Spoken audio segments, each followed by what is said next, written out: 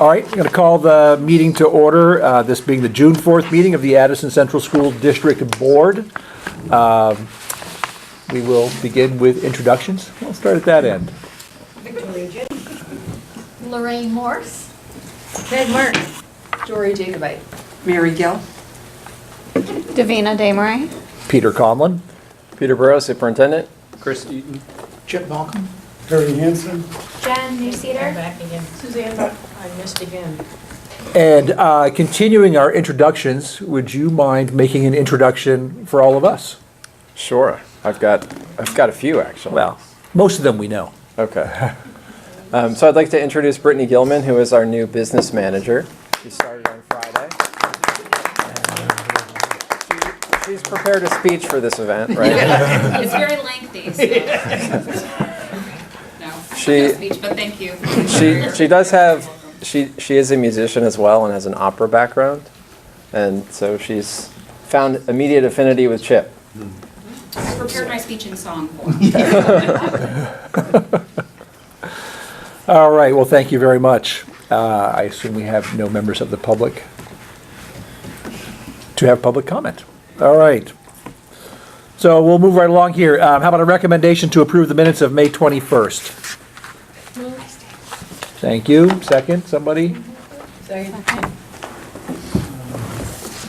All right. Comments? Perry? No, you were just seconding?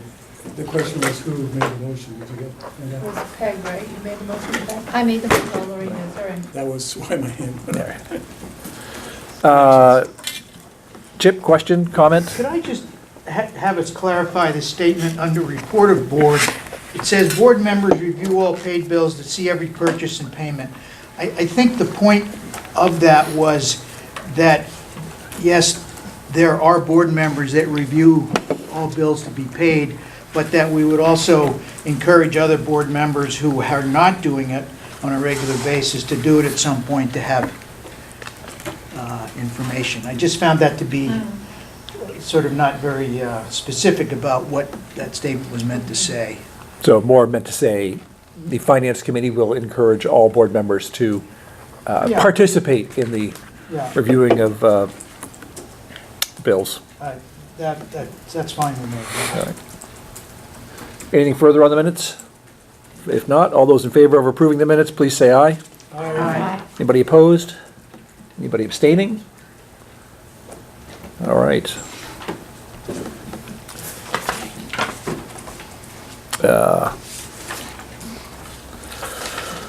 Speaking of reviewing the bills, Right. We have 2 weeks of bills since the last meeting on May 29th. Victoria and I reviewed the bills, director's orders of $434,120.15, payroll-related $1,260,530.19. On today, 6/4/18, Victoria and I also reviewed the bills.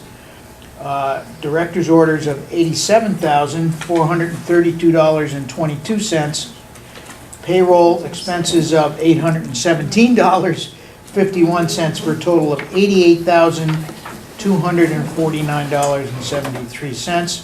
There were 2 other accounts that were paid that don't come under those because I guess they're under separate accounts. Food service account for MUHS and MU and the middle school, $25,700.86, and food service for Mary Hogan, $17,608.56. I move we pay the bills as presented. second? Second. Thank you. All right, all those in favor of paying the bills as presented, say aye. Aye. Anybody opposed, nay? All those, anybody abstaining? And the bills are paid. Then with that business out of the way, a little more entertainment. Gentlemen, you're up. If you would mind introducing yourself to the whole board and Sure. please present. Tom Buswell, principal here at the Mary Hogan School. Steve Lindemann, assistant principal. And I'm the outgoing principal, having accepted a new position at Bristol Elementary School. I came here 18 years ago to Mary Hogan School as the library media specialist, and I have accepted a position at Bristol Elementary in that capacity. And so I will finish with this group of sixth graders as they are promoted on over to the seventh grade. And I wanted to just take a moment before you get going just to acknowledge what Tom has meant to this community. And we're celebrating him in a number of different venues, but in front of the board, I just want to acknowledge the kind of impact you've had here in wearing a lot of different hats. As you mentioned, you came in as a librarian, worked with Bonnie as a assistant principal, co-principal, and then took over and has been leading Mary Hogan for many years.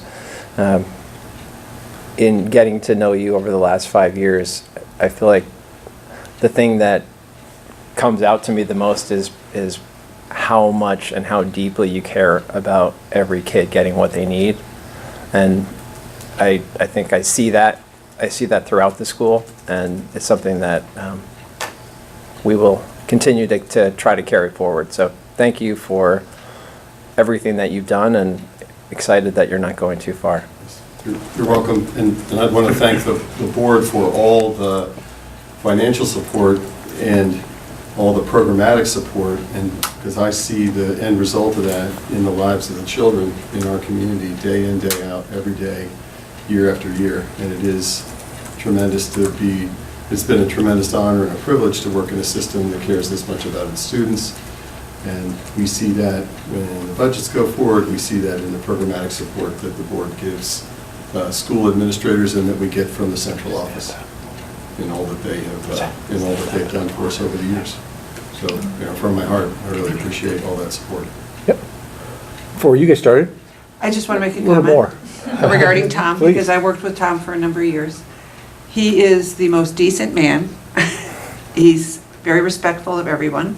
No one ever felt threatened by Tom. He's a great role model for all the students, and they really looked up to him. So you were a wonderful father figure for many of the kids here, but a great colleague for those who worked with you. So I really appreciate the fact that I had the time to work with Tom. So I hope we remain. Thank you. Lorraine. I just want to add, because my kids were here when Tom started as the librarian, and then I served with him for many years as a school board member, and he's awesome, and we were really lucky to have you in all the roles you played, and we're going to miss you. Yeah. I'll miss you all too.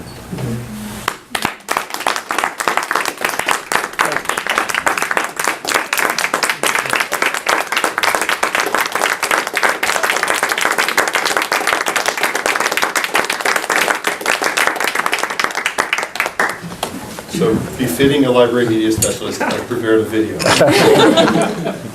And as you're getting that ready, I want to also acknowledge Steve Lindemann, who is taking over as our new interim principal this year.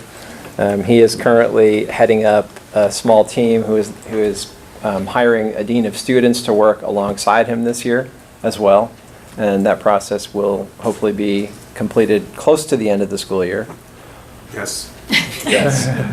Anything you want to I mention? think with all the retirements, my two big goals in this year as the interim is, one is blending the new staff with the current staff to build a cohesive team. I'm very excited about the people that are coming on board. I think they're going to bring some great ideas, energy, all of those things that you expect, high level of professionalism and enthusiasm.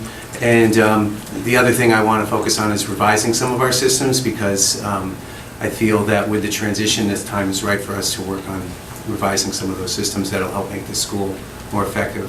And of course, helping the transition to International Baccalaureate, to become an International Baccalaureate school. Of course, that's not low on my totem pole, but the other two are really big on my mind right now. And I think you'll love the video. Great. We're excited. Okay. It's about 4 minutes. I narrate a little bit of it, mostly features our students, which we thought which was fitting. And I had a significant help from Kurt Broderson with MCTV.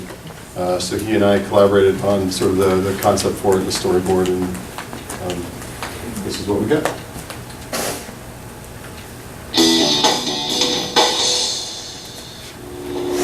The Mary Hogan School serves the students of Middlebury and East Middlebury in grades K through 6. We have approximately 445 students in 23 classes. Our academic curriculum provides instruction in both the arts and sciences. I like Mary Hogan because of science. I like Preaching the Crowd. I like Mary Hogan because of math. I love math. If I were to make Mary Hogan better, I would do chemistry in science. The Mary Hogan School uses the responsive classroom approach as a way of creating a school climate that enables optimal academic and social growth in students. I like playing dodgeball outside because I get to play with my friends. I like Mary Hogan because I have tons of fun friends. My favorite thing about Mary Hogan is learning math and making new friends. We plan a day that provides our students with plenty of opportunities for movement, along with 2 physical education classes each week. I love Mary Hogan because of PE. Most classes have 10 additional recesses, where a combination of competitive and non-competitive play abound. I like Mary Hogan because I can play at recess and play football with Mr. Al. My favorite thing about Mary Hogan is playing with my friends. Mary Hogan School uses a peaceful playgrounds recess curriculum that teaches an agreed-upon set of rules for all our games and activities so that students know what to expect and look forward to each day. I like Mary Hogan because of Hawk Zone. Our playground, Hawk Zone, gives students the opportunity to climb, swing, run, and slide. I would like it if the whole class was recess. Students receive daily instruction in English language arts, mathematics, social studies, and science. I make math assignments because the teachers give me very hard equations. In addition, they have weekly instruction in art, music, and physical education. I think Mary Hogan would be better if we had more specials a day. There are also instructional offerings for students to delve more deeply into areas of particular interest. Choral music, instrumental music, science, technology, engineering, and mathematics, theater, spelling, and geography. My favorite thing about Mary Hogan is math, reading, PE, arts, teachers. We have curricular offerings for all students that provide experiences that make Mary Hogan exciting. Mary Hogan 5th graders go to the Q8 Environmental Education Camp for a week, 6th graders to Boston for a full day of walking the Freedom Trail. Our 1st and 2nd graders have swimming instruction at a local pool. 3rd and 4th graders receive ice skating instruction at a local rink. 5th and 6th graders participate in a high ropes adventure ed program that builds teamwork. My favorite thing about Mary Hogan is writing. My favorite thing about Mary Hogan is I like to read. My favorite thing about Mary Hogan is it makes you smart. My favorite thing about school is art. My favorite thing about Mary Hogan is music. I like Mary Hogan because there's lots of books. At Mary Hogan is that there are so many kids to play with. I love Mary Hogan because of Mrs. Flynn. My favorite thing about Mary Hogan is learning. The Mary Hogan School, a comprehensive instructional program to develop the whole child.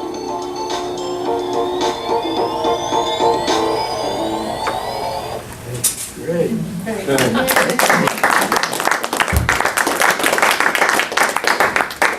And we would be happy to entertain any questions about thoughts that you had while you were seeing that. If you have any programmatic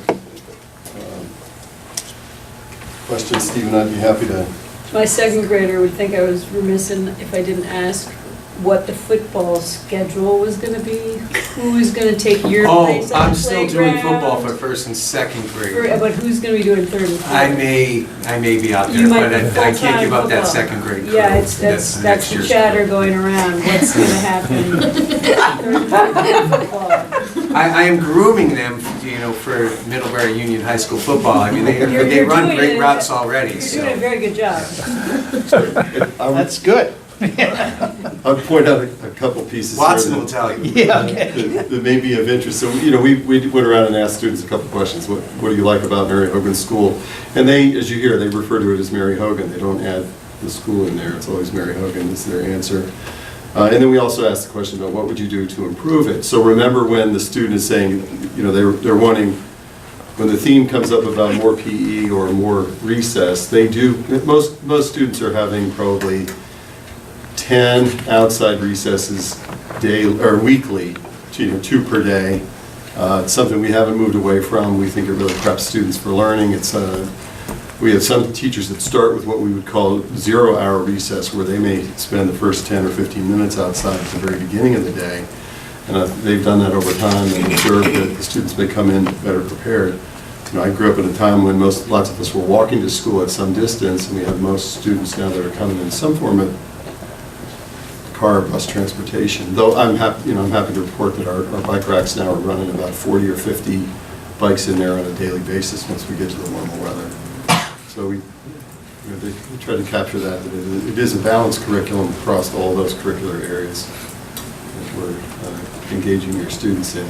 And I think when you come through the halls and you see the artwork and the curricular material, the curricular activities that are out and published, that they've taken to a point where they've published them for everyone else to see, and there'll often be a statement of responsibility on there, their name and grade and class usually.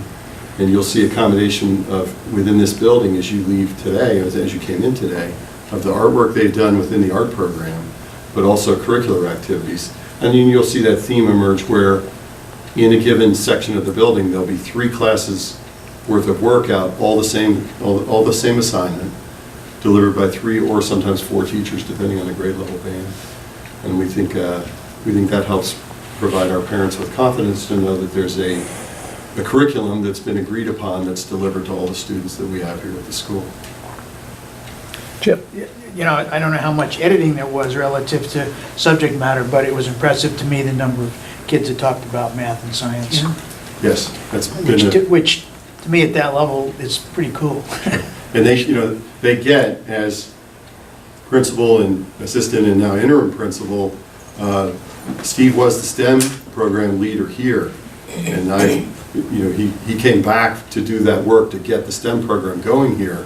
And then Steve Flint, who's running it now. And then my former life, my first 10 years was as a high school biology teacher before I ended up here at elementary school. So that is a strong focus. I think it's a focus that has us poised moving forward with International Baccalaureate for the transdisciplinary units of study. The students they'll engage in. And their programs like the Trout in the Classroom program. And we've had our release day, so the trout tank is now empty because all the fish are in the Millbury River. Those are some of the activities I think that you'll see that will mold very nicely into a transdisciplinary unit of study that might involve environmental science and geography and writing. And Steve's already working with the art teacher, and they're going to do, they're working on printmaking with fish prints that they're going to work on in the coming years. So they're building those transdisciplinary units now. It is an exciting time.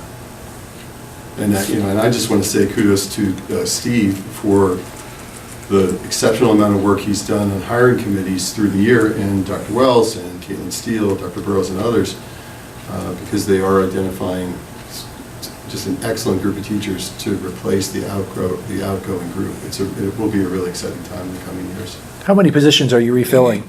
11. Yeah. 11. And the application pool has been good? The classroom teacher pool was very large, and there were a lot of quality applicants. And what we did this year, Peter, was that before, all the schools would be competing for the applicants. And so we did a ACSD for the first time committee.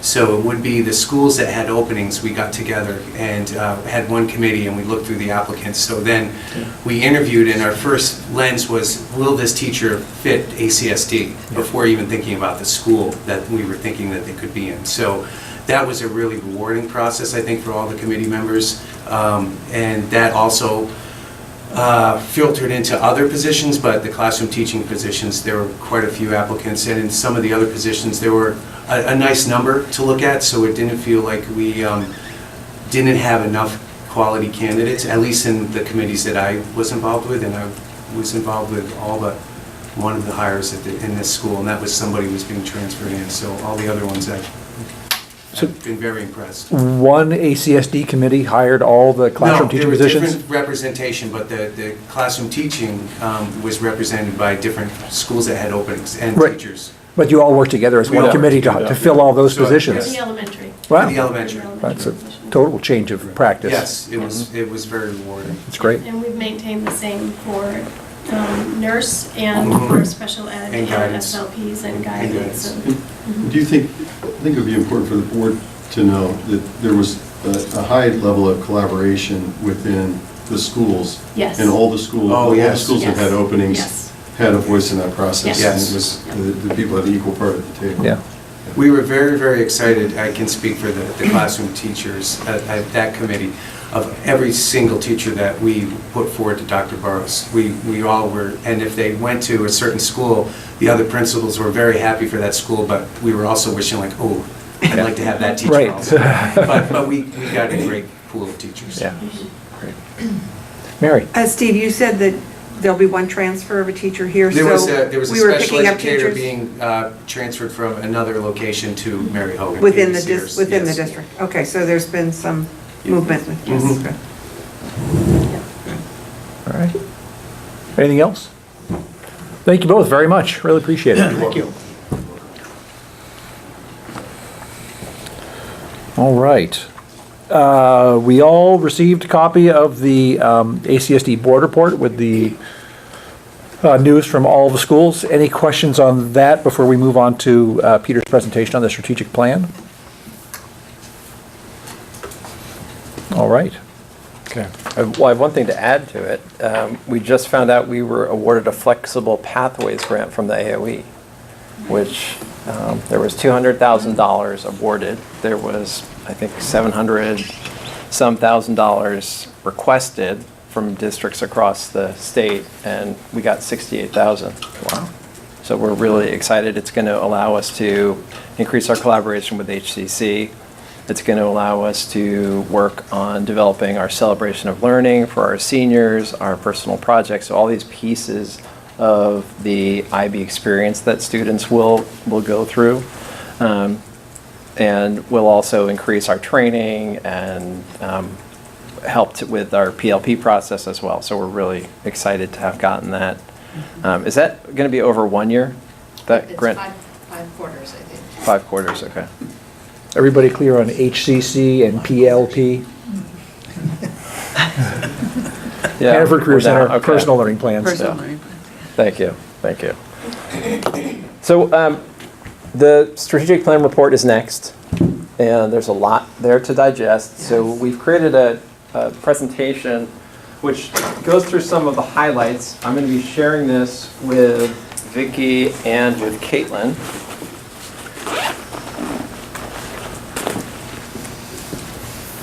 And you have a copy in board pack as well. I have one hard copy right there too, if anyone wants to look at a hard copy. Like we did before. I have a hard copy too. There's so much to read through. Should be on, there you go. It's okay, you read it.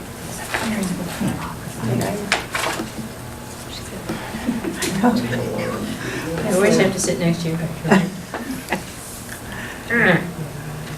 Here we go, Dan. I've been there before. Okay. So this is our the third iteration. I'm going to stand over here. So this is the third year of our strategic plan, which is really shocking to me that it is going by so quickly, but it is. We're past the halfway point. And I think that this report, if you go back through and look at the ones from the first 2 years, and you look at this one, I think you can see a gradual progression in these reports. We started out in our first report with a lot of narrative, talking about the kinds of things we were working towards and building. In that first report, we also talked about looking for means to come back to metrics year by year to see how we are progressing. So we can talk a good game, we can say we're making progress in all these different areas, but how do we show and have evidence to prove that, as well as to grow from that evidence as we make changes with our programming. One of the challenges we had, which we wrote into our strategic plan, was the fact that we were really starting from the ground level in terms of building systems that would produce any kind of data that we could use effectively. Also, a lot of this data is more summative in nature and less formative, so that's another kind of thing that we've been working to develop more formative assessment. So the structure of the report has remained unchanged. As I said, it's shifted a little bit year to year, and I think it's getting better. It starts with an executive summary, and then the 3 foundational goal assessments. So if you go back to the strategic plan, that's really, I think, a good place to go before jumping into this report, is going back and refreshing on the plan itself. And then finishes with the key performance indicators, sometimes called KPIs. See, I'm learning. So I'm going to hand it over to Caitlin to talk about Ed Success. So we'll keep it brief. I have one slide on Ed Success, even though it's several pages in the report. Just at a glance, we've put a lot of energy into this foundational goal, which focuses on curriculum and assessment, instructional practices, and professional learning. So this year, along with all of our colleagues in the state, we piloted the Vermont Science Assessment and the Fitnessgram and Brockport alternative assessments for PE. We have put a ton of energy into building our pre-K through grade 12 IB curriculum.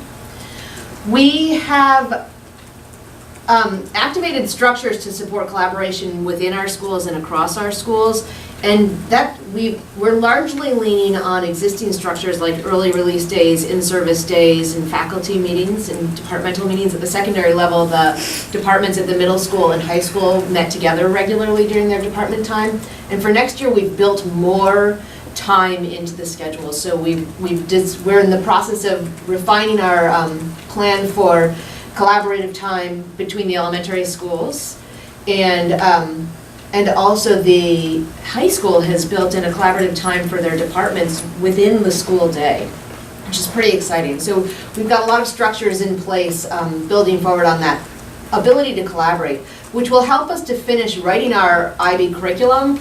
But also, once we have that curriculum written and we have some common assessments, common local assessments built into that, those collaborative structures will allow us to do some real data analysis. So that's coming down the line. At both the elementary and the secondary level, we've added something like a flex time or a win block. Win stands for what I need. Flex time is similar. The idea is it's a dedicated time during the day for students to get more of what they need, whether it's more literacy, more math, more attention to a personalized learning plan. So those are structures that were designed this year to be implemented next year. We have hired a world language teacher, so starting next year we will have Spanish in every one of our elementary schools. We're just digging in now to reviewing a literacy report that was written last year by our literacy coordinator at the time, Silas. He did an assessment of the literacy practices across the district, and we've been so busy that it took us till this spring to pick that back up. And we'll be continuing that work into next year, really thinking about our literacy practices across contexts, especially at the elementary level, to shore that up a bit. And we are actively building a professional learning plan now that will define next year's work and draw the next 5 years or so out in broad strokes. And we've been, just to add, we've been really focused on development of international baccalaureate, and there are a lot of other initiatives that are vying for space in the limited time that we have. So our work right now is really looking at, as we develop the IB framework, what systems do we need to braid and build within that framework that are going to provide a cohesive direction so that we get away from the traditional approach of this year we're going to work on this, and this. Next year something is going to bubble up and we're going to talk about this, and that. it's really easy in education to be chasing your tail, trying to improve with a little piece here and a little piece there. And what we want to be doing, and I think next year is going to be a really important time for us to really look at systems that support all students within the IB framework. And bring a lot of these pieces, and that professional learning plan is going to be really important for students, for teachers, for administrators, as we work to have one direction as opposed to many. Quick question. So community. Before you jump ahead, any questions for Caitlin? Steve? I just had 2 questions, the WIN and the Flex program. Will there be somebody supervising the kids, or do they just get extra time? Where are you going to find the personnel to add that? So it's designed at the school level, so it'll look different in different places. And I don't know that every elementary school has designed a WIN block in. I just know that it's a pattern that We're working on it. working on getting it into every school. And yes, it would be supervised by teachers. It's built into the school day so that teachers would be overseeing it. The flex time at the high school, I wish Bill was here because he could talk about it articulately. But the idea is that it's a time where kids would have a home base, but have it be either called out by a teacher to go and get extra help, or have an opportunity to go and seek extra help or extra time or extra support as they need it.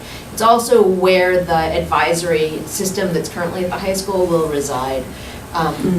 So it's worth asking the leaders of each building what it'll look like in each of those spaces. But yes, it's not a free-for-all for Yeah, kids. their teachers are already so busy, I'm trying to figure out where would they get additional time to do this. One of the things that's changing going into next year is that in 7 of our 9 schools, or 8 of our 9 schools, we have a longer school day.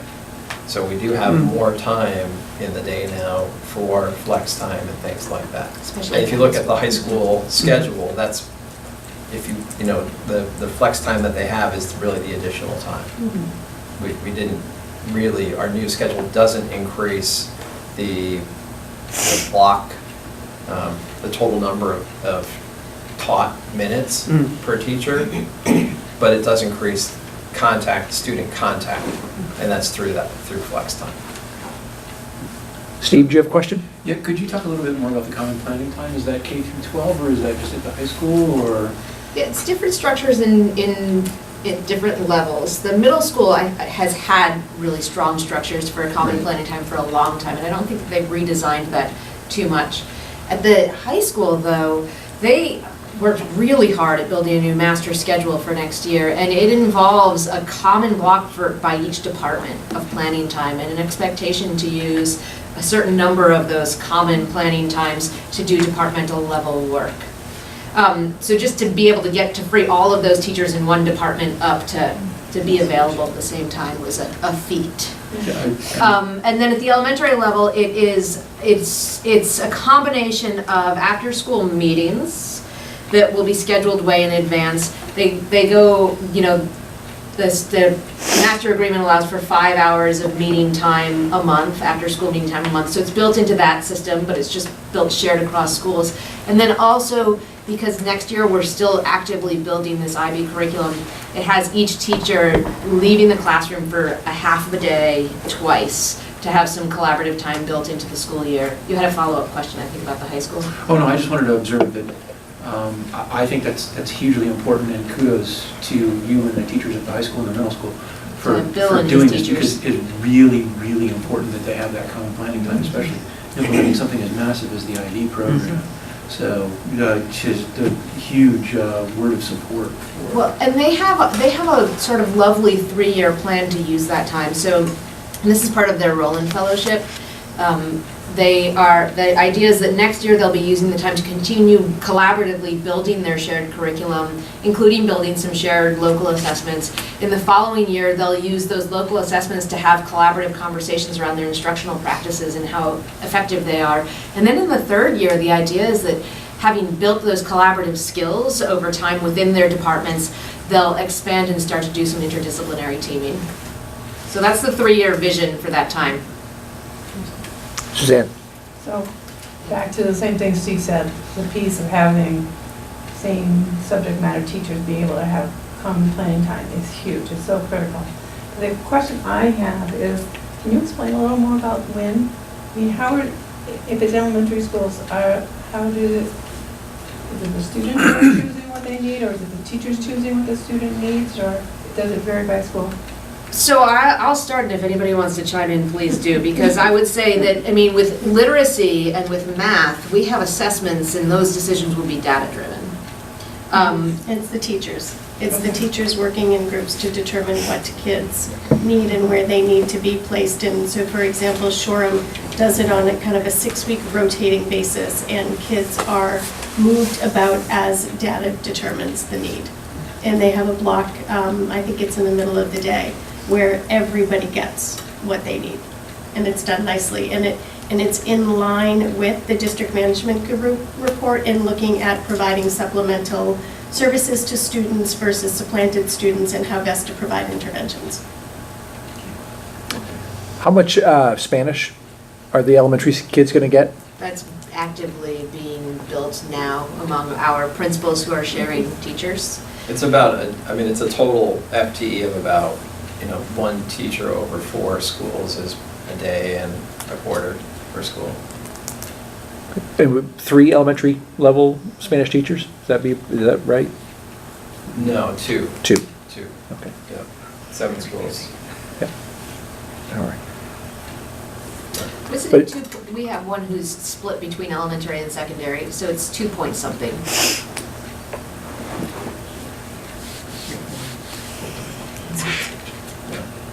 All right, we'll let you move on to the next topic. We can keep going.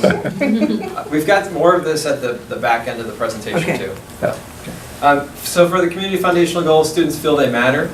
So this is one of the objectives.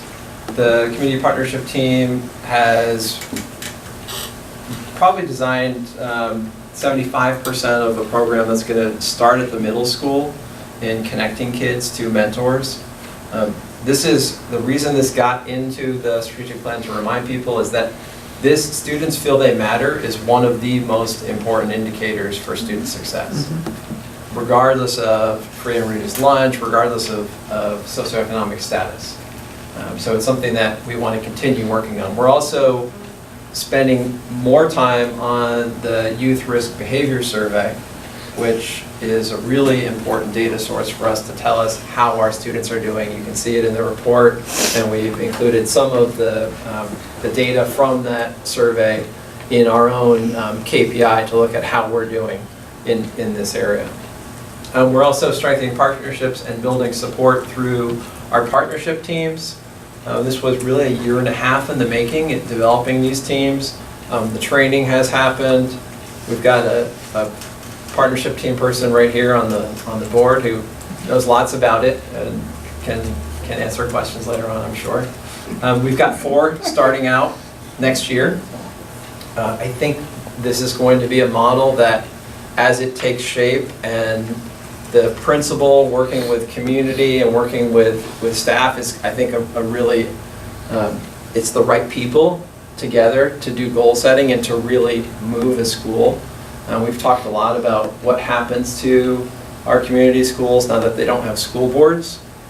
I think this is something that, as other schools and other districts hear about the work we're doing, I think it's going to spread. That's my sense.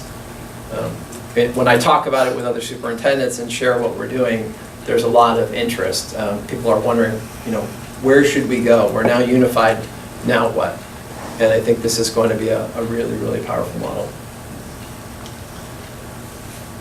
So student support in community, we're increasingly working on building resilience and whole student wellness. Down below there, trauma informed and trauma responsive. So we have done a lot of training on trauma, and we will continue to do that. We're going to be working next year on a lot of professional development for all staff. So we've done work with, Vicki, how many folks have? So we've probably got 25 to 30 people trained at this point on some level of trauma-informed practices. And so we're working to also build the system to support that work as well. So that's, as I mentioned earlier, and I'll probably keep coming back to this, the work that we see being really, really important next year is building systems to support all students. And that's going to be kind of our mantra through 18-19. And this is a real core aspect of that work. We've continued to work on communication. We started our district newsletter this year.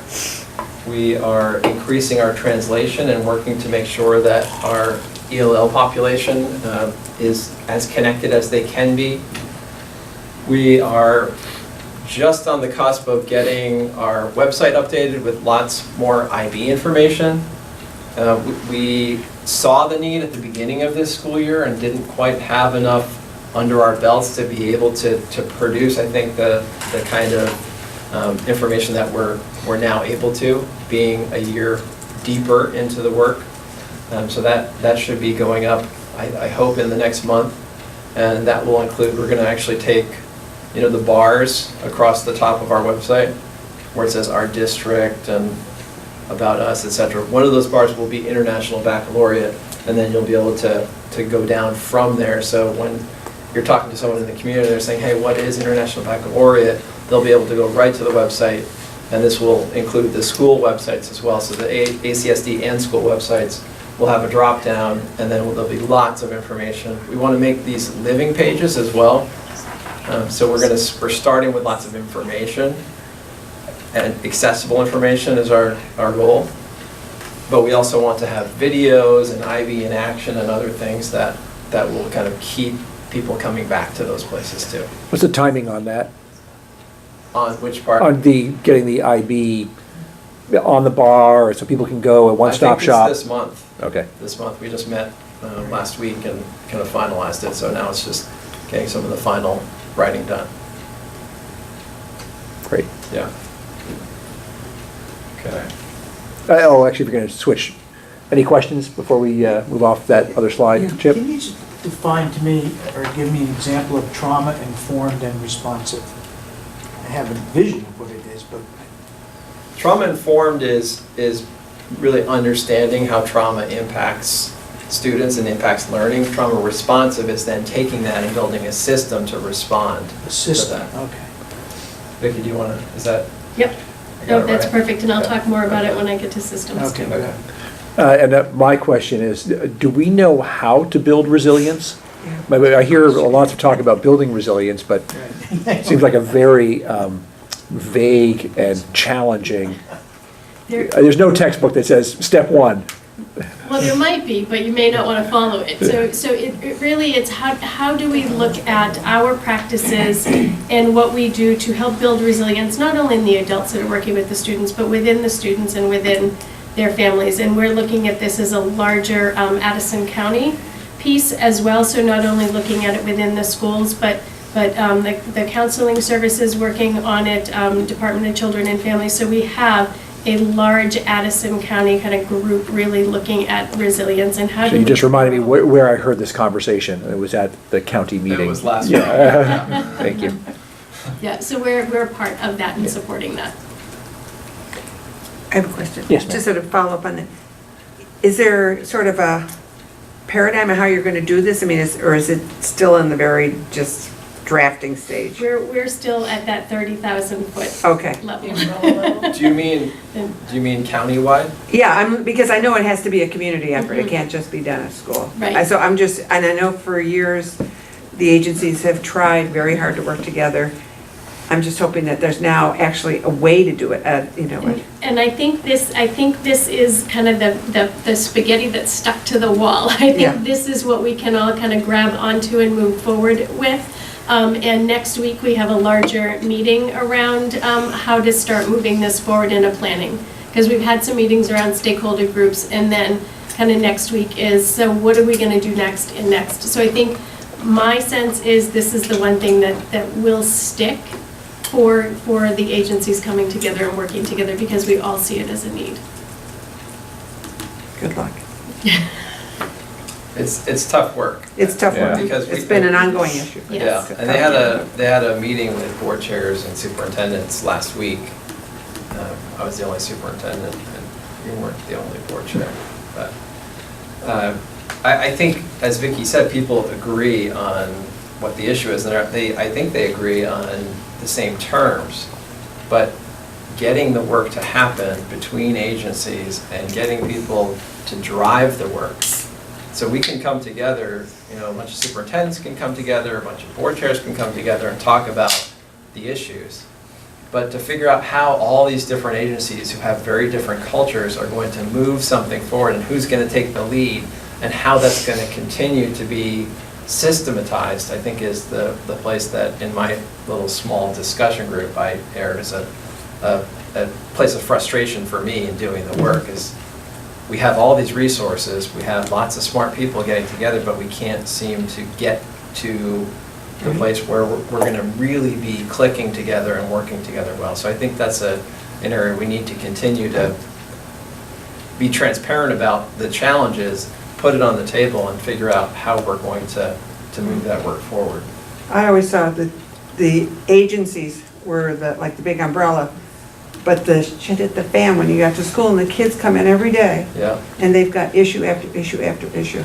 So it's the teachers and the principals that see the dysfunction or the difficulties the kids are having, but they can't get to that upper level to get things done, so. Yeah, there's almost no middle. There's Right. up here and there's down Lots here. of clouds, but Yeah. the dirt is down here, let's get into the dirt and do it. Yeah. And it's certainly worth pointing out that, at schools, those kids show up and They show up every day. and there's no option, we take them. Right, yeah. Whereas other services are constrained by They'll say, I'm by only here on budget, Thursday. or we only have resources to handle this or Right. that. Or you don't qualify. Right, Can't help you. right. Yeah. Or there's a waiting list. One final thing to add, professional development for diverse needs. So we are starting our equity literacy training with our administrators, and that's happening this month. We're going to continue that in August, and we'll be planning and rolling out, partly based on our task force recommendations, which are coming in 2 weeks, the work we're going to do on equity literacy in the coming year as well. So the systems, and the systems are the pieces that are pulled together to allow for some community work and for ed success. So you may hear some duplication, but for professional development, we have a wide variety of workshops and collaborative opportunities that have been offered and will continue to be offered. One of those pieces, like Peter talked about, is the trauma-informed practices. We are hoping right now to get not funded, we have some funds available, but Northeast Family Institute, which does a lot of the trauma-informed work, Dave Melnick, who has provided a lot of training for us over the years, is offering up some very specific workshops for districts next year, and they're picking 10 school districts to work with. And because I've done a couple of courses with him, we're really hoping that we will be one of the 10 that he works with, and really looking at training the administrators who will be supporting the teachers who will also be trained in trauma-informed practices and how to respond to students who have those needs, because it really does impact brain development and how they access education. So that's huge.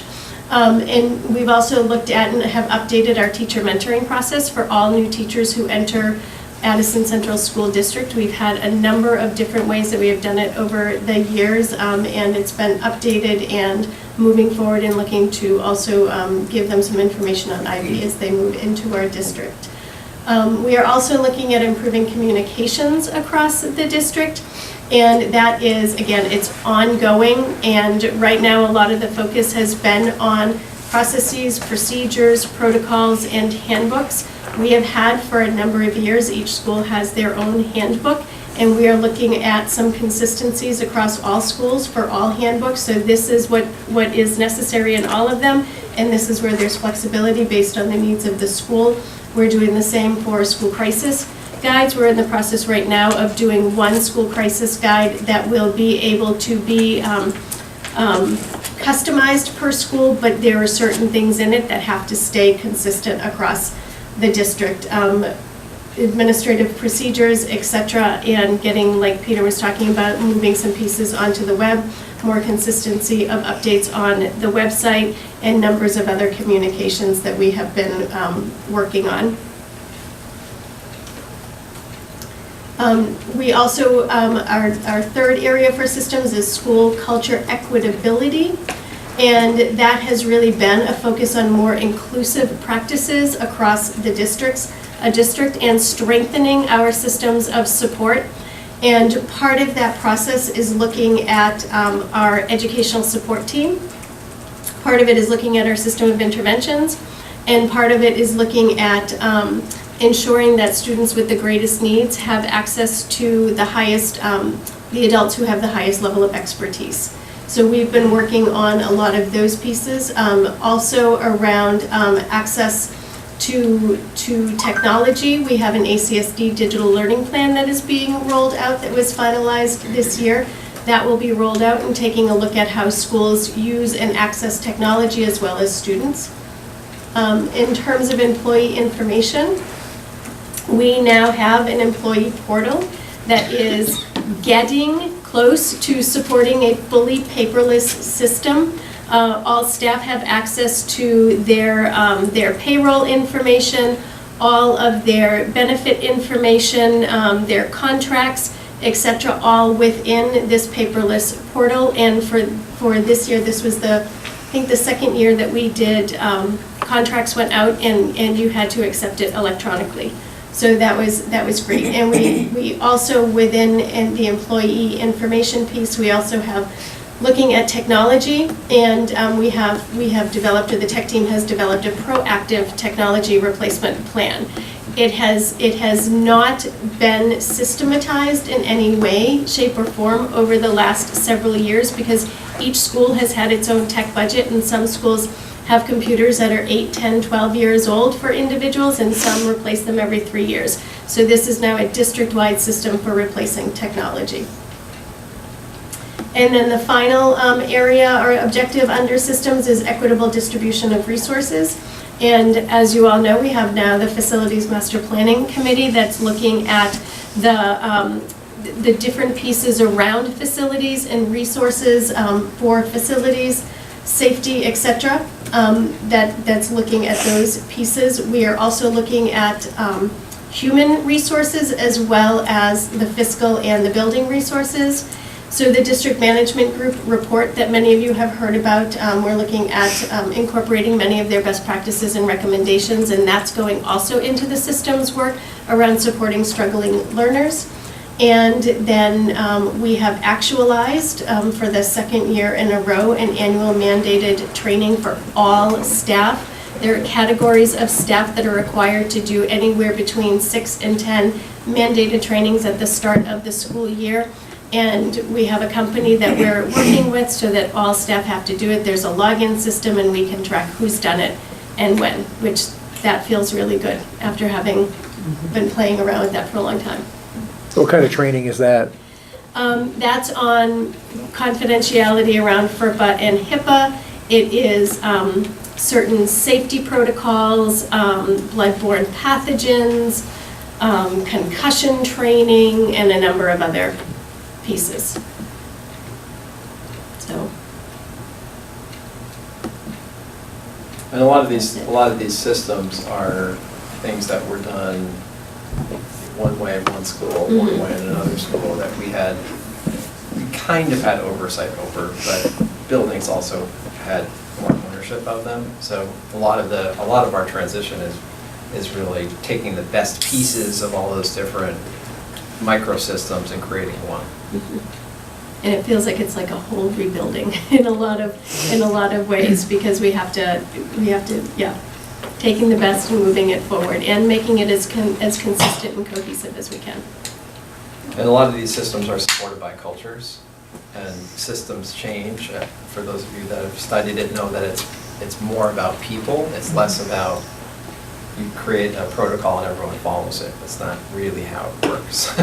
So a lot of this has been engaging and working with people to build this together. So it sometimes takes a little bit longer than we would like to, but we're trying to create systems that people are going to follow and that make sense, and that shift and change as we need to change them as well. And I think I would just add to we're trying to create systems that aren't that don't rely on just one individual.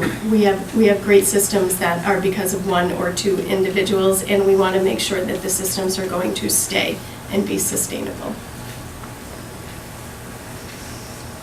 Onward. So these are our 5 key performance indicators: kindergarten readiness, cohort graduation rates, our SBAC math and literacy scores, personalization and flexible pathways and citizenship, and sense of safety and belonging. And as we were reflecting on the report and thinking about it, I was talking to Caitlin about our e-reports and reflecting on that. I think some of that, for those of you that were on UD3 and remember the e-report, some of that I think still exists in this report as well. So kindergarten readiness, the Ready for Kindergarten survey is a survey that's done in the fall with incoming kindergartners. It is done by schools, and it's not a test that students take. It's not like an SBAC, a small little, SBAC for kindergartners, but it's a survey of students' academic, social, emotional readiness for kindergarten. So here is a kind of just a snapshot of percent ready in Vermont and percent ready in ACSD. Just to clarify, on the left side there, attended publicly funded pre-K does include UPK. So did not attend publicly funded pre-K are people that are not utilizing any of the UPK funds. So you can see that there really isn't a significant shift thus far in our data to suggest that anything in particular is happening with UPK. I just want to be clear. Attended publicly funded pre-K means they could have gone to a private pre-K or like a Mary Yes. Johnson Yep. with public funds. And at that, we're at 88% ready. But those who did not attend a publicly funded pre-K Right. are 100% kindergarten ready. Right. A little confusing there. Not quite the outcome I was So they're looking. they're at private, or they didn't go to, they're They- at private? No, So Or that they didn't go to any? They just did not that take could advantage be of the kids voucher who program. didn't take advantage of any public funding or didn't go to pre-K at all. Yeah. And we don't know why that number is so high. That's strange. I mean, it could be some kind of socioeconomic bump, Yeah. but we Got don't it. know what What I that number attribute is. it. Yeah. Well, it's, because it's gone up since 17. I'll be very interested, but look at the major drum from 2016 to 2017. So there's a really big table in the strategic plan report that has a Yeah. lot more of these Yeah. numbers. 4 hours after you received this last week, they released the 2018 data. So Oh. this is updated with 2018. Oh, And you don't have it in the report. okay. When we post online, will be updated with the newest data. But it's interesting. I mean, there's a lot of interesting stuff in there, including we've got more kids attending publicly funded pre-K now than we did. More kids are registering in that category. It's 10 hours a week. They're Right. registering in that category. That's not exactly how it works in the real world, though. Yeah, we don't know what to make of this data. Yeah, that's very interesting. And interestingly, they've been conducting this survey since the year 2000, but the 2016 cohort, the first one that we report, was when they reset the way that they calibrate the survey. So they warn us not to compare data prior to 2016. So these are the only 3 years where we have comparable data. Well, and the UPK program didn't even start until, I think, 2016, right? Right. Yeah. I mean, what's interesting here to me is that we've got consistency in Vermont, percent ready Vermont, for did not attend publicly funded pre-K, and our numbers, percent ready ACSD for publicly funded are fairly consistent, but it's that bottom, from 85 to 98, and then to 100. It's fascinating. And do we have data on percent who are going to pre-K? So That we're this is the paying for. percent that are ready, but how many kids out of all the kids who could are going to some sort of pre-K? What's the Right, is it a small number? funded? What's It's a the small perc- number, I'm not sure. Do you know, Caitlin, what that number is? Yeah, so the middle category could be 100 kids, and the bottom category could be 4, for all we know, right? Right, Right. yeah, I think the N is important. Yeah, that's the trouble. Yeah. So there is a multi-page Ready for Kindergarten survey results packet that we haven't, you can probably comb through that and find a lot more information than the highlights we've gleaned to report out at the district level. If anybody's interested, I'm happy to send you the actual report. Part of what I think is important for us as we move forward with this indicator is figuring out how does this map, this kindergarten readiness score map onto literacy and math and FAST and other assessments that we are using to be able to determine is this data actionable in some way in terms of when a student goes through this survey and is not ready, it then puts into motion supports that student gets, which currently is not part of our system. Nope, not yet. Peter? This is also teacher reported as well, and I did look across the state, and it was quite interesting to see some places with probably a similar demographic makeup to us had wildly different scores. So I don't know, in terms of setting a metric of consistency, validity and reliability on these scores across the state, I'm not sure how much moderation is happening currently. So that's something for us to look at. I just had a comment that there's quite a disparity with free and reduced lunch eligible kids and kids who did not qualify. And I'm also, maybe these children aren't identified and they're not in kindergarten. Do you think there's kids out there who are homeschooled and not identified? Okay. So we don't even know they're there. That's right. Right, because they wouldn't be in kindergarten, so Right. therefore they wouldn't have a survey done. Right. So these are kids who are surveyed at the beginning of kindergarten? Yeah, Not the first 6 to not 10 while they're weeks in of pre-K? kindergarten. Yeah. It's the kindergarten teacher doing observational Right. and reporting on Yeah. the survey for each kiddo. Right. All right. The free and reduced lunch numbers are really wacky in this year's data, so when Right. you see the updated report, they flop. Oh, really? It's Okay. bizarre. Oh, wow. It's new, fresh, we're still analyzing this. Yeah. So I Right? make a mistake. Maybe. I'll just go to. So here's our cohort graduation rates. And if you want to follow across 4, 5, and 6, you go diagonally Mm-hmm. like that.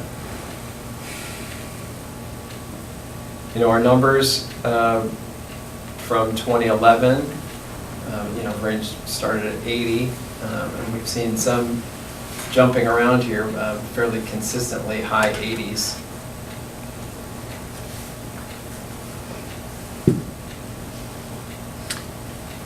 I have another question. Yeah. Are some of these 6-year grads GEDs or adult learning, kids who have gone to adult learning? Or are they just stayed at the high school and they These are completed? students at the high school. These are I high believe. school students, Yeah. okay. Yeah, they get counted differently once they go somewhere else. I'm a little confused how to read this. Yeah, so in 2012, Yeah. 80% of our kids graduated on time. Okay, By the following year, 93% of that class was done. okay, And the year after that, 94%. okay, great, thank you. It's convoluted when you look at it the first 5 times.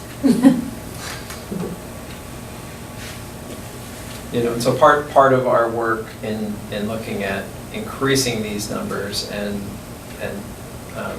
the high school's focus on post-secondary is a critical lever for this, in getting kids thinking about what they want to do, not in senior year, but thinking about it in 9th grade or 8th grade. And that's the whole rationale behind the personalized learning plan as well. And really starting to connect kids to things that they care about and want to do.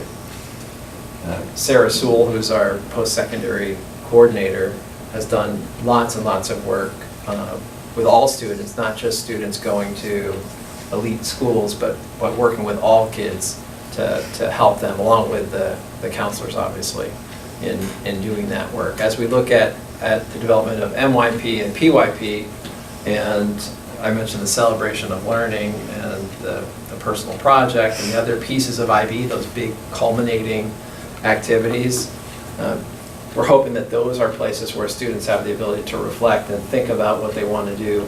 We're also hoping that as students are more engaged in what they're learning and as they have more agency in deciding what they want to do and personalization increases, that will impact these numbers as well.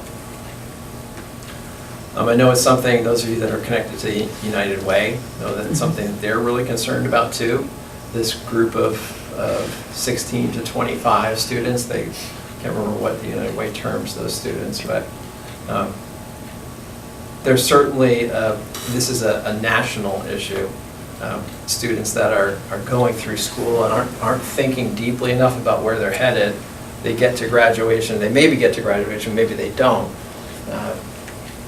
but don't yet have a real kind of drive to do the next thing. And so that's deeply concerning to us and something that we're talking about a lot at the high school, but it's also a K-12 thing. It doesn't just, you don't just fix it at the end.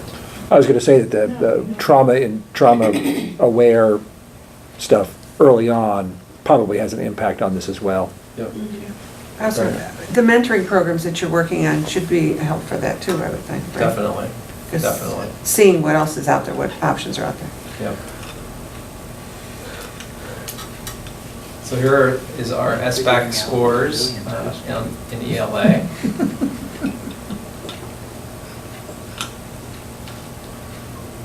We've got 2 years. So we consistently, when you compare us to Vermont, we consistently do a bit better than Vermont as a whole. But our gap, which I'll show in a minute, is one that we need to pay attention to with free and reduced lunch. So our socioeconomic gap. Here's our mathematics data. Yeah. What's our percentage of students that are EL? Percentage of students that are EL, we've got about 39 kids on the current caseload. What's 39? About 1,600 kids. It's small. Yeah.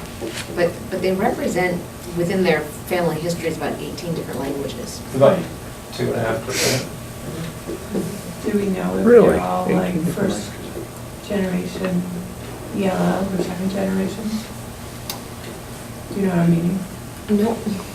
So are they offspring of parents that have already been through an ELL program, or are they all brand new and their parents do not speak English, and so they as students are learning English and having to play that parental role? No, so it ranges. I mean, it's situational. It's 39 kids in there, 39 individuals. So some of them are children of immigrants. Some of them are adopted to American families. Some of them, I mean, we've got some migrant families. Yep, it's mixed, some college. Some of them, the children are English learners.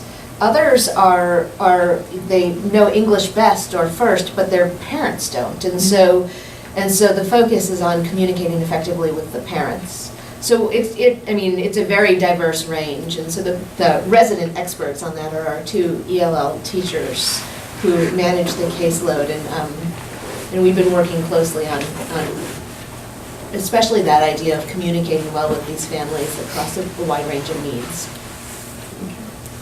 And sometimes, one of the realities here is that sometimes those families and students aren't as visible, so people aren't thinking about it enough. So part of our work is really educating as well.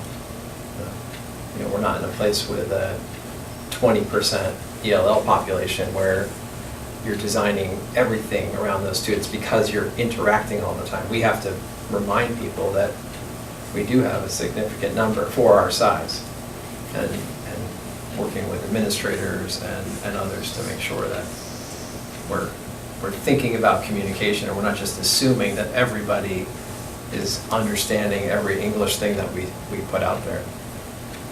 And part of our issue with that is translation sometimes is pretty challenging. When you look at 9 schools and all the things that go home in that Friday folder, you have to be thoughtful about what kinds of things you're translating. There's a big turnaround time, and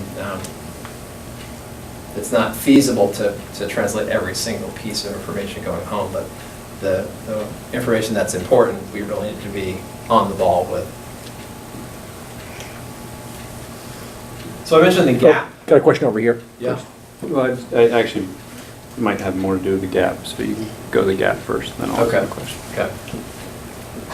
So here is English Language Arts, percent proficient and proficient with distinction, and this is the economic disadvantage gap.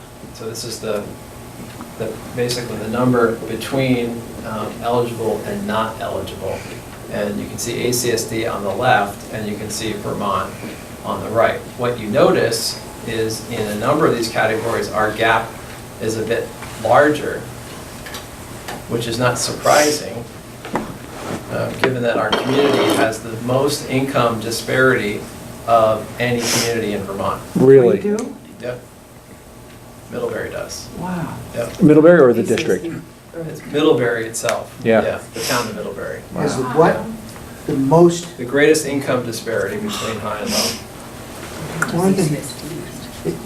it's interesting, no, but that some of the numbers relative to economics and to wages earned are pretty much on the mean. Yep. It's not a wealthy place, but the income disparity. Right. Yeah. Yeah, there was a report that came out maybe 2 years ago. That's weird. So, and you can see this gap right here.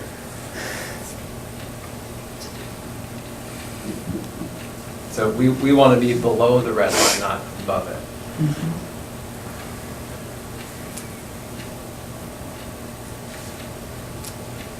So we see this as something that we really need to focus on. Absolutely. And as I mentioned earlier, our goal, so this is the final slide, but I'm talking about it now. So our goal is going to be redesign and continue to develop systems to support struggling learners within the IB framework and develop coherence between special education and general education. Does IB, does it have a reputation at all of helping to close that gap? I mean, I have no doubt when Chip was chair of the UD3 board, the discussion of the gap between the FRLs and other students was something we needed to focus on, and that was 25 years ago.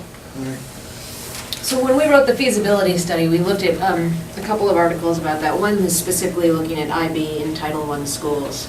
It was 2 years ago now, so I don't remember the details of it. But yes, there is some research. That said, IB also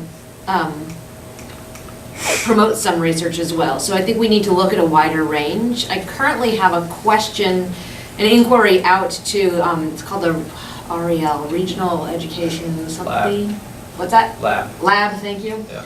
And they are funded through the DOE at the federal level to support practitioners in using research to inform practice. And so I have them working on a query for me about that very question. So hopefully I'll have more data to report, more information to report down the line. And again, I'm sure a lot of poverty goes back to trauma. A lot of that is tied together. It's just been talked about. I don't think you're hearing a lot of comments from people here because this is every year we talk about this gap and just don't ever seem to be able to get there, to do anything to it. Very frustrating. There are a lot of pieces. We Yeah. were talking about agencies earlier and students ready to learn Yeah. and some of the challenges our students face outside of the classroom. It's a societal issue. Society, not Yep. just education. Absolutely. It is just education.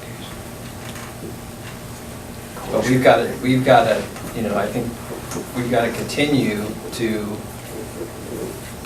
set it aloft and focus on it as our primary work. Otherwise, we're not going to budge at all. Yeah. If we get complacent and feel like it's okay, and that's, those of you, when you think back to your elementary days, we weren't really talking about this much. I don't ever remember hearing this as a kid. I don't remember this being an issue. So I think it's becoming more and more of a societal focus to air it, to be transparent about it, to talk about it. I think we're still not there yet in terms of dealing with this as a society, and I think that's something that hopefully in a smaller scale, at a county scale, we can have some impact in thinking about ways to support families. Because that's a big part of this. What gets pressed periodically too, and it sort of strikes me that there's got to be models out there that you'll have the press attached to a certain school of disadvantaged students for many reasons, culturally or income or whatever, and then there's this, star of a principal or star of somebody, and a much higher percentage of the students in that group rise above what would be the norm for that type of a place. And it's too bad you can't package that stuff, but I'm always People a little do. suspicious that it's just well, you try, but I meant it's But it doesn't translate. No, that's what I mean. necessarily. It's I've never- sat through so many Right. presentations where someone brought a school from here to here, and Right. here's the thing we did, and here it is, and It didn't work. everybody else tried to do it, and you have to build reform around your community and around the people there, Right. using best practices, using our kind of continual understanding of what works with education, but it's not really rocket science, in terms of what we know about learning, when we think about who we are as learners. And I think this goal in particular might be something that the community partnership teams could look at. So with these community partnership teams, the idea is to set educational goals as well as sort of social goals. And the teams set their own goals, but it could be encouraged that this is a district-wide, concern, and not necessarily focusing on a test necessarily, but increasing literacy, for all students, but in particular students that, that may be in a less represented group than. So, because the goals of these teams is to bring in people who may not necessarily be the people that volunteer and go to activities at the schools, right? And so, like at Salisbury, they're kind of thinking about partnering up, so creating partnerships between parents within classrooms. So if there's a literacy night or a math night or something, that the parents would kind of check in with each other and say, hey, are you going to this? And so parents that may be more likely to go to something will maybe encourage some parents who may not be as likely to go. So it's, little things like that aren't gonna just automatically raise your score, but it can be one piece of the equation to potentially helping some of these concerns.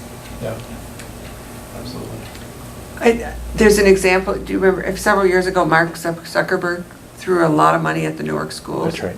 Right?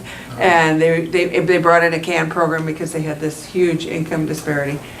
And it wasn't until they actually went into the community and picked out the resources within their own community, the moms, the dads in the neighborhoods who actually did the work of getting their people in there.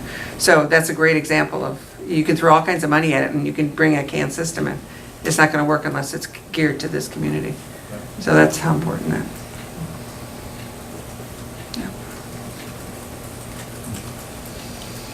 Personalized learning, flexible pathways, and citizenship. A lot of these, we grappled with this with the e-report, these things can be challenging to measure. I just want to interrupt for a second. When he refers to E-report, it's referring to a policy, E something. That's what the E comes from. Yeah, it was a report from UD3 that had a personalized learning component, it had an academic component, it had an extracurricular component. So it really was just a data report on student achievement measures at the middle school and high school. So we've got, I mentioned earlier, the Flexible Pathways Grant, which is going to be great next year. We have discussed with all of you the desire to explore the career-related program with IB, and we think that would be a great connection with the Career Center. They are actively learning more about it. They have an IB consultant that they're working with. So this will help to support that collaboration with the Career Center. And we'll as I mentioned earlier too, we'll continue to be looking at personalization in the context of our development of International Baccalaureate.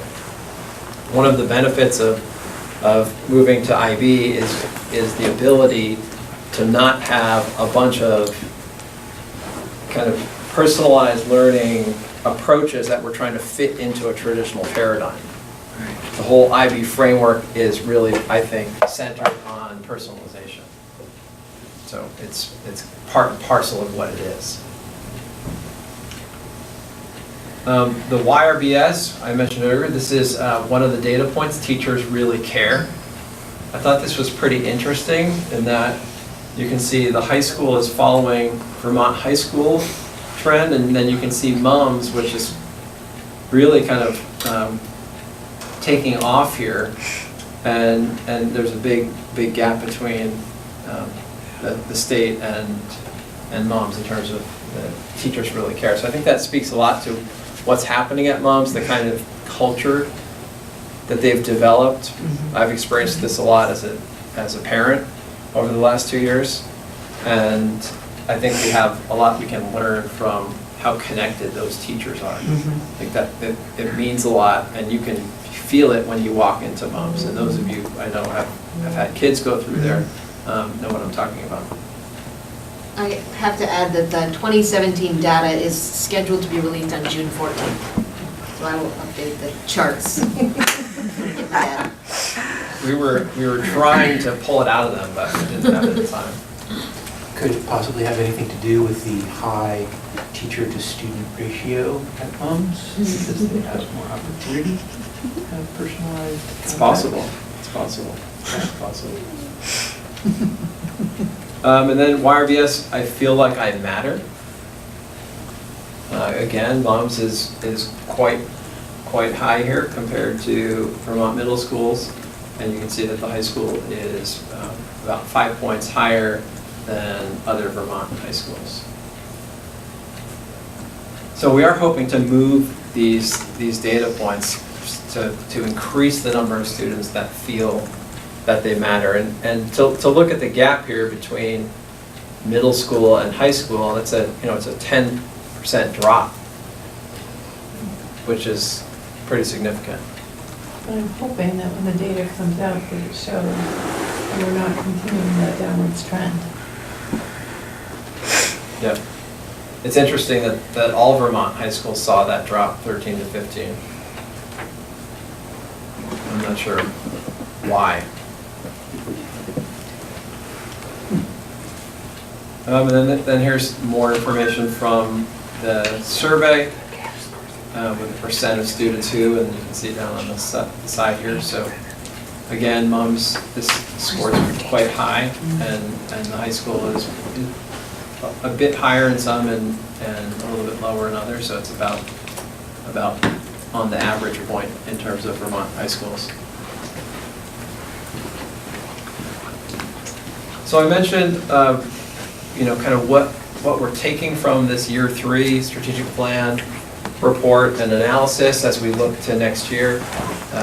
The redesign and development of those systems of support are, I think, critical going into next year.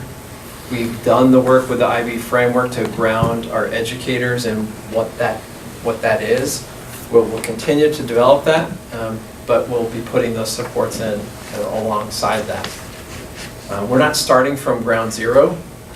We have lots of systems in place now, but we don't have cohesiveness in some of those systems across all of our schools. We are starting work and looking at our EST. We are working on intervention. How do we provide intervention in all of our schools? We have, again, I was talking earlier about cultures. We have different cultures in our elementary schools around intervention, so we want to have one approach to intervention. In our budget last year, we talked about paraprofessionals and how should paraprofessionals best be utilized in schools. We have lots of different ideas in different communities about what the paraprofessional role is. So that's work that we're doing as well to figure out how do all these pieces fit together into a system that is unified. And this is probably what we'll start the school year with too in the Welcome Back kickoff is really focusing in on this. We'll also be deepening our IB work through training, communication, collaborative learning. Not Vicki, but Caitlin mentioned the professional learning plan and mapping out the year. So we've really mapped out in year 3 of our IB development the kinds of things that we need to do. To remind the board, our diploma program, we're planning to be online at pretty much this time next year. So in 1 year, we're hoping to become authorized. The MYP would be 6 months beyond that, and then the PYP would be 2 years from now. So a year, 18 months, and 2 years is what our current timeline is for our 3 programs. And we made those changes based on our work of this past year, where we were, where our educators were, and making sure that we're moving forward and we're doing it well, as opposed to just trying to get authorized. And really, except for the diploma program, the other 2 programs are already happening. So the authorization, which I think we focused on a lot this year, and it was, I think, a pressure point for some people, really isn't that important. The author isn't saying we are authorized. I mean, it's great, we want to become authorized, but the important thing is the learning and the transformation that's happening for teachers in the classroom. That's what's going to make an impact, not saying we're authorized. And then finally, increasing community participation in our schools and increasing our schools' participation in our community.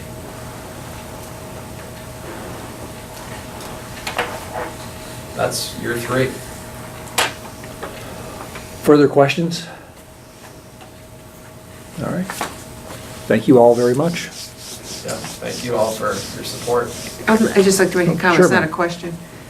Unbelievable amount of work put into this, so I appreciate how detailed it is. And well organized, it's clear where you're going. Thank you. I think it's pretty impressive, but it's a lot of work. I can see you guys have done a lot of work. Jim? Just define, when you say that, I understand the time frame on the non-diploma ones, but Yeah. the diploma ones, meaning that at this time, next year, this is June, that means that the rising juniors, just practically put, is that the case, the Yeah, rising the juniors? rising juniors will be Will have decided, scheduling will be for, scheduling in the diploma program. Should they choose? Should is the they No, I topic. know that, and, Yeah, but, yeah. and so Yeah. you don't really have an idea as to how many of those, what percentage of the class would be. You have a Well, I gut feeling? think my gut feeling is we're gonna have, I mean, we know that every student is taking at least one IB course in 11th or 12th grade. That's the theory of knowledge course, so that's a requirement. I think students that will take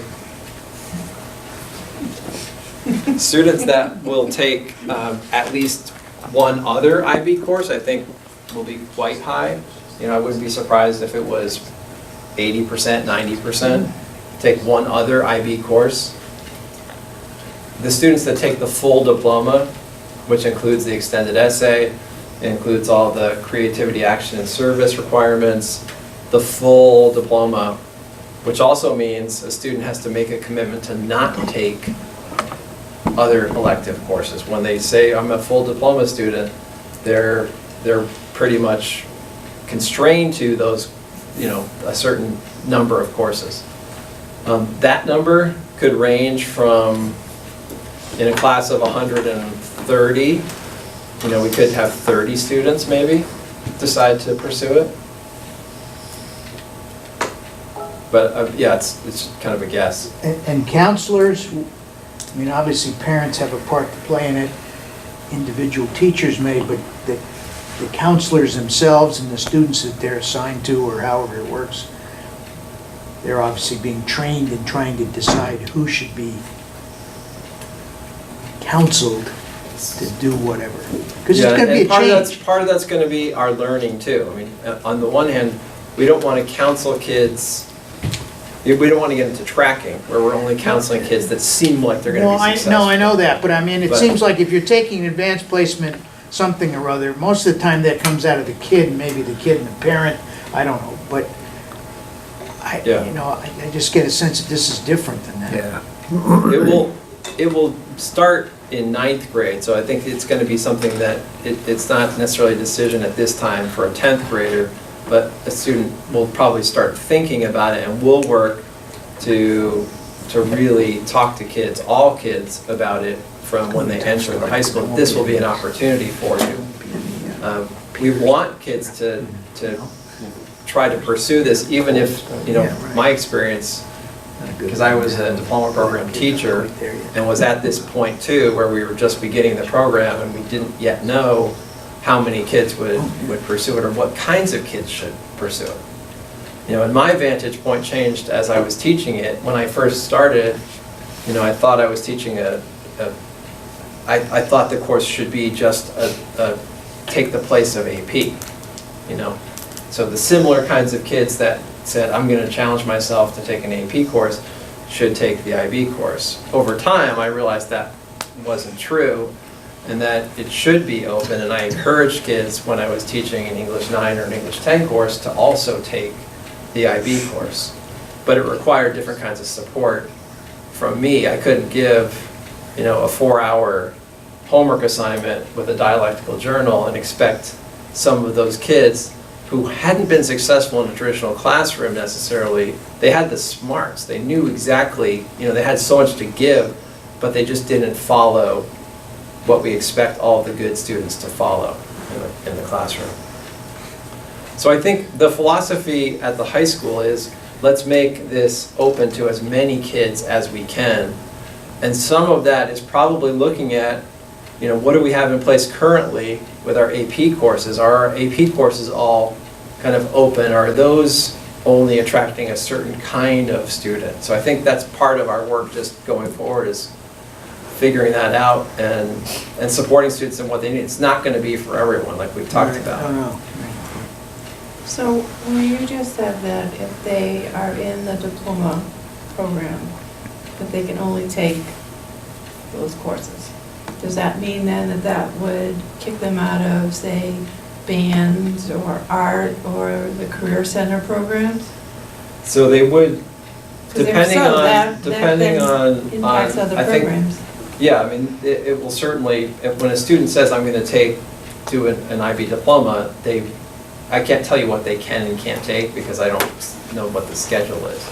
But they're naturally determining, I'm going to take an IB science, I'm going to take a language, I'm going to take, so they're going to run into the reality that you can't take every course. I mean, it's kind of what happens now, right? When someone makes a commitment to the Career Center or makes a commitment to music or the arts, they don't have access to, they can't take a chemistry class or something else because they're committed to that. So it's kind of similar to what's happening now, where the student makes a commitment to something that will then preclude the ability to do something else. The difference with the diploma program is it's kind of all-inclusive. So I'm going to, if anybody has more IB questions, kind of hold off on them because we'll take a deeper dive this summer. Yeah, good. And we still have the training, right? That's right. I don't Lori? have an IB question, but is it an appropriate time to ask about some of the stuff on this report? I have a specific question about the school day structures.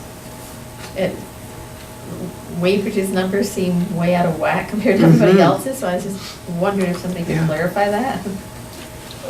Which? Well, for example, What are you talking literacy about? instruction minutes per week, Weybridge has 2,100 per grade, where everybody else has from 330 to 525 or 600. Yeah, Or, Weybridge's numbers across the board, yeah. I found seems strangely skewed. The kids sleep there at night? Thank God. That's Chris's question.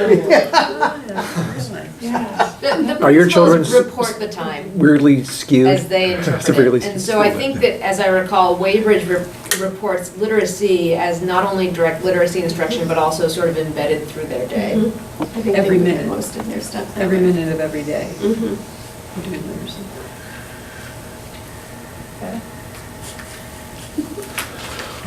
All right. That's why they only had 450 minutes of math. But in all the subject areas, they're way, Yeah, Right, and they're they just- doing much more than anybody yeah, it's like, Yeah, else in everything. right. Yeah. I don't know how that works. Yeah, it would have been nice if every principal was kind of using the same metrics. We're working on building our systems.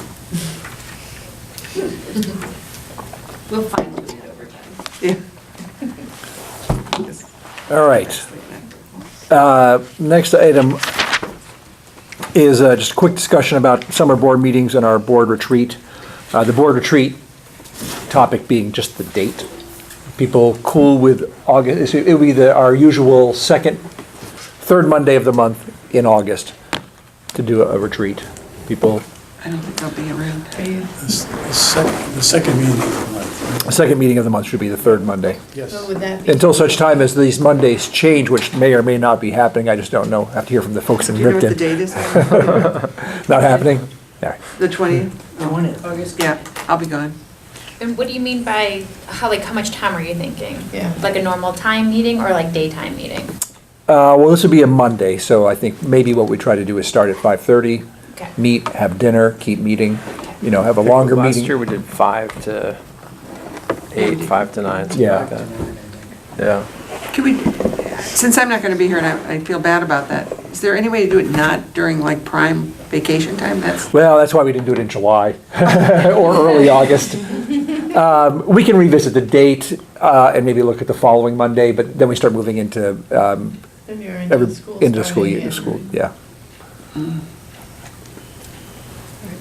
And, should you be scheduling your vacations during prime retreat time? A solution could be meeting wherever she's going. Yeah, where are you going? Because we could all join you. The boundary waters of Minnesota. Beautiful. All right. Take your Great. bug spray. I know. And then in terms of, Did we just call that that's it? We're doing that? we're calling it for now, Okay. that's it, we're So doing it. I'm gonna put it, I'm gonna change, I'm gonna put it on my calendar. Yep. Just making sure. Okay, thanks. So I'm sorry, we're talking first or second meeting in August? August 20th, just remember the date, it's August 20th. And our topic? Well, so we talked last week about a number of different topics, taking a deeper dive into some data, how do we do community outreach at budget time, have a more sort of, I don't know, better way to do that, a deep dive into learning, sort of the impact and what it means, all these new board governance policies that we're going to be adopting, and a deeper dive into IB. So we'll kind of sort through and kind of put together an agenda. Thoughts are welcome. Please feel free to email me with people's thoughts on that. And there'll be no meeting July 16th or August 6th? So August 6th, we will be meeting. We will be. That's basically, we need that meeting to adopt all of our new policies. That's the new policy. And unless anybody objects, we will not be meeting on July 16th. Is that what the third Monday is? Right. Yeah. Just Steve, were you about to say something? I can't meet either of those days, so. Which ones? The 6th or the? 16th or the August, August 6th. I'm Okay. not in town. Okay. All right. We'll do what we can. Anything else on that topic that you want to Is bring it up? helpful for me to send a calendar invite to everyone? Does that? Yeah. I just have it on my calendar as a recurring meeting. I just didn't want to, I know Mary was inviting everyone too, so. Didn't I approve that? I'm just How kidding. does that happen anymore? I'm just kidding. She no longer invites us. I haven't been invited in years. Also, just to walk everybody through it, at our next meeting, we'll do our committees. And then at the regular board meeting part of that, it's finally time for our bias task force report. So that'll be the bulk of what we'll be doing. Then we move into July, where we'll have one meeting in the beginning of the month. We will not be having one at the end of the month. And then we move into our 2 August meetings. We'll keep the agenda as light as possible for both the July meeting and the August 6th meeting.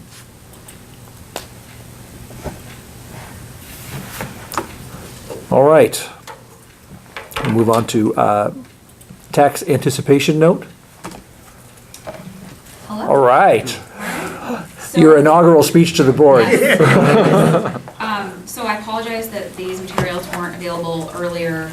We got some communication from the bank actually today, so there are documents in board pack, and I may have a few hard copy if you want them, but essentially a tax anticipation note provides us cash flows, mainly in the summer before we start receiving our state and town tax payments.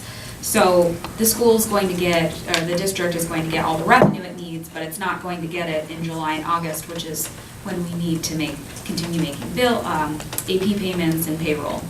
So normally what school districts do is get a tax anticipation note.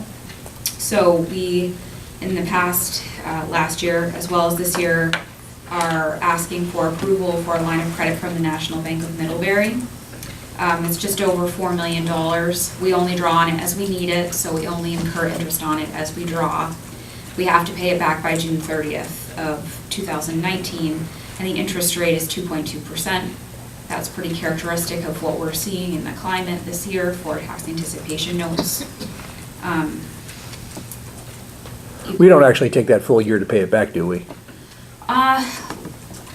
Last year, it looks like, so every district does it differently. Last year, it looks like you drew and then paid, and then if you needed more, you would draw and then pay to keep the interest down. Right. So unless you were having a real cash flow problem, which is not something that we anticipate, we would make the payment when we got our tax payments, because cash would allow us to do so. All right. So, if you have any questions, certainly ask, but we would just ask that you approve, there's a motion. Yep. I don't know if you have your board pack open. And All then right. there's a resolution that I would ask the board chair and the clerk to sign, and then the bank will prepare formal resolution documents for the next meeting. All right. So how about a motion to approve a $4,029,698 operating line of credit from the National Bank of Middlebury due no later than June 30th, 2019 at an interest rate of 2.2%, and authorize the treasurer and business manager to borrow against this line of credit as needed on behalf of the board. I would make that motion, except you said 698 instead of 968. Okay. So. Thank you. With that correction and a second. Any further questions on this? All right, all those in favor, say aye. Aye. Anybody opposed? And we have ourselves a line of credit. Thank you. I do have this resolution, which the bank requires in order for the formal documents to be prepared.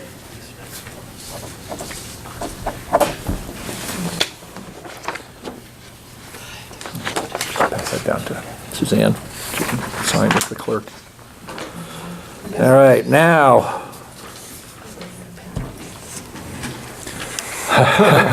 It's been a nice meeting up until now, right? Yeah, sure has. Man alive. Everybody get a chance to read the transportation? Yes. Okay. So, just a little background here, in addition to what you see, there's not a whole lot to add.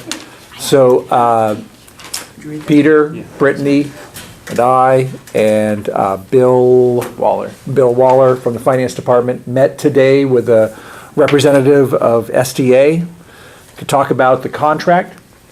And SDA is Betcha. Yeah, and STA is the parent company of Betcha. It's a national company, publicly traded. They sort of service Addison County from Middlebury, but they have little headquarters all over the place. And so we had a representative from the company in this afternoon to talk with about the contract, why a 42% increase was warranted. His explanation was really what you see in this document. And then sort of how can we mitigate this? And so he made a believable case for the increase, and it's not, there are other districts who have suffered or are suffering through the same big hit. A lot of it has to do with the fact that for really since 2009, we've just been doing kind of a CPI increase each year. And you tack on top of, so their costs have probably been going up more than that, especially when we get into drivers. And, we are in a pickle in Vermont. Low unemployment has its positive and its benefit and its problems, and for us it's a problem in attracting drivers and keeping drivers, and especially people, the quality of that we want to have behind the wheels of our buses means some significant pay increases, so that's definitely part of it. Really wasn't any budging on it. They don't have to. They were our only bidder. But as he said, we don't even like to be the only bidder. But it's a easy thing to say. I was just gonna say it is a tough business that is not attracting a lot of competitors. Where we got some conversation going, and I know that other districts have done this, was we want cameras on all our buses. They've agreed to take that out of the contract and just absorb the cost of installing the cameras. Not a big savings, but also spreading out that increase so it's not a one-year hit. We can spread it out over the length of the contract. We can lengthen the contract to spread it out over, instead of 3 years, over 5 years. Brittany and Bill and Peter were discussing, and I'm not sure if you have a recommendation for tonight. We do. Okay, so take it from here as to where the conversation continued. So, as Peter mentioned, a number of districts are dealing with this as well, and STA knows, they said we didn't expect to have other bidders. They know, what other companies are doing. We had three bids go out to three different companies, and we got one back. It is, the price is along the lines of what other people are paying, so I think this is the market is driving this, unfortunately. We're going to make a recommendation tonight based on what we think makes sense to absorb the increase. We are also looking at trying to, we have been looking at getting a transportation consultant, and we've found one. We did talk today with the representative from STA who said they would do it. They have someone who they're hiring for the state of Vermont, and they have, they're a large corporation, they have all that kind of software to look at our current number of buses, which I believe is at 22, and figure out if, as a unified district, are there ways for us to find efficiencies. It may be possible for us both in remapping and kind of getting rid of town lines, especially obviously for secondary, to cut down on the number of buses. So that could help impact the impact of this, I would say, by FY20, for the FY20 budget.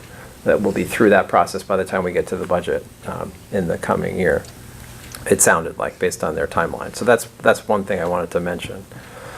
In terms of impact, and I don't know if you want to hand that out. Sure. So again, sorry, this was a late development we were working on at 3:30 this afternoon. There's two sheets. One is a spreadsheet and then the other is a chart that just helps illustrate, so I'll let you take two and pass. But I'll just start talking a little bit about, what some of our thoughts were. So obviously, we did not budget for this kind of increase in FY19.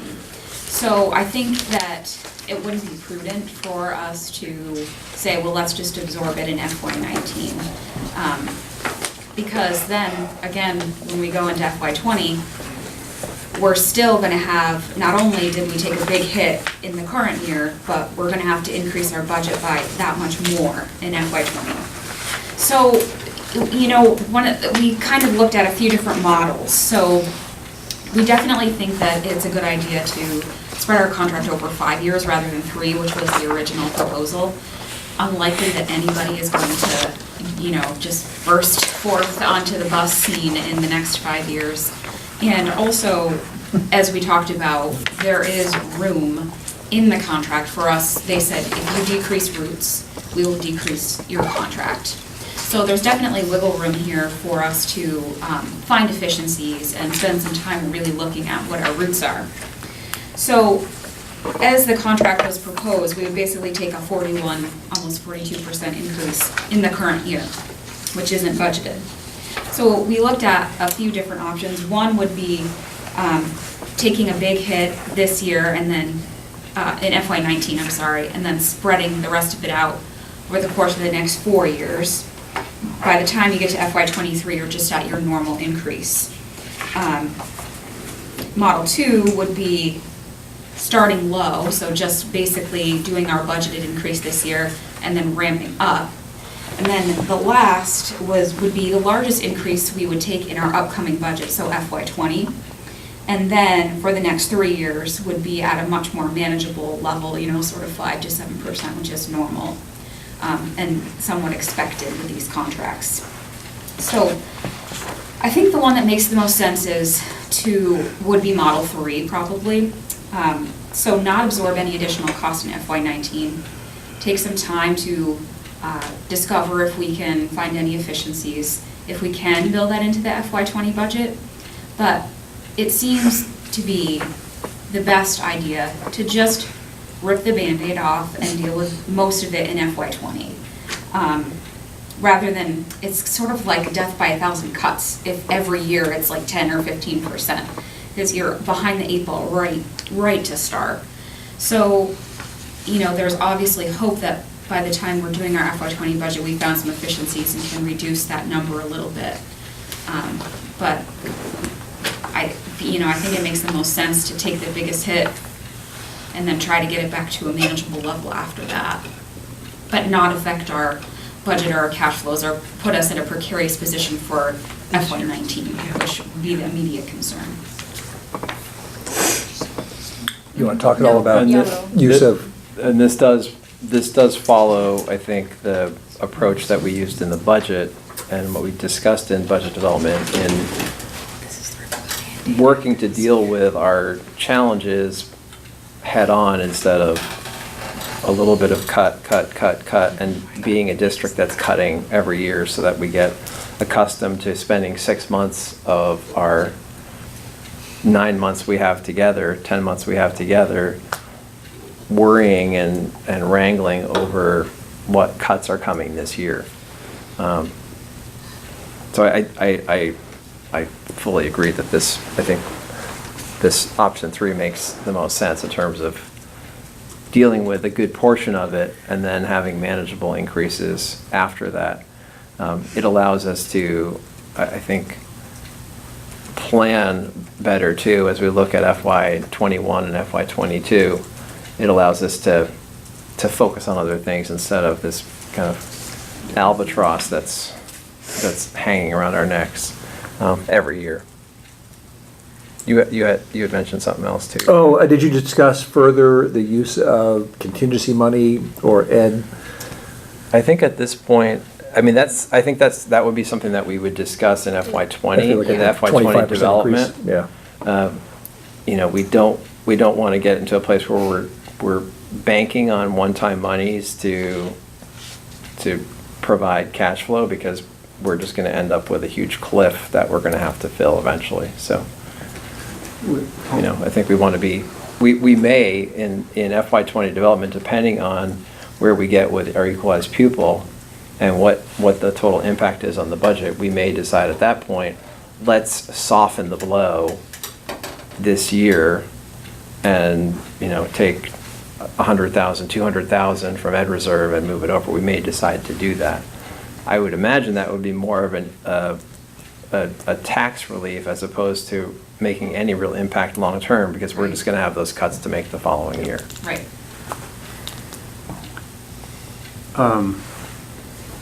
This seems different to me than, it seems like they're giving us the opportunity to push costs further into the future that we could be making decisions around at no real cost. Like there's no. I asked that question too. I'm not sure I understand your. Well, it seems to me like we're able to push an expense, we're able to push it down the line, and we know that there's lots of things happening over the next 5 years that we're talking about. Right. That could impact what this looks like. I'm curious why we would pay money earlier when it seems like we'd rather pay more money in the future if it's not costing us money. Right. Like there's no added interest or anything on this. There's no interest. You know, they're certainly not going to accept us doing like 2.5% every year for the next 3 years and then jumping it up. But I see what, I understand what you're saying. Model 2 I was just referencing Right. Model 2. Yeah, really. I understand what you're saying. You know, I think the thought was just that sometimes delaying the problem makes it worse. And just, you know, at some point, we're going to have to deal with it. And dealing with it sooner. That way it's not, as Peter said, it's not this looming thing that we're constantly, every year, going up a little bit more and trying to find a place to make it up. You just deal with it mostly at once. I definitely understand what you're saying. There's a lot of things at play, and it's hard to know what it's going to look like in 4 or 5 years. Right. The climate. It's an unknown though, right? I mean. Yeah, I'm saying we can Yeah. plan around this. We know what the numbers are going to be, if these are the numbers in Model Right. 2. So we know what the increases are. We see them coming. It's not a surprise. Okay. But anytime you're making investments in something like this, to me, it makes more sense to push what is essentially free money further out, like, you know, avoiding spending money. I brought that up today though, and I thought we had discussed that if you did push it out, I would imagine, and we haven't talked to the STA finance guy, so we talked to their rep, who's kind of their operations guy, and my assumption would be that there would be interest attached to it, where if they're expecting a 43% increase next year,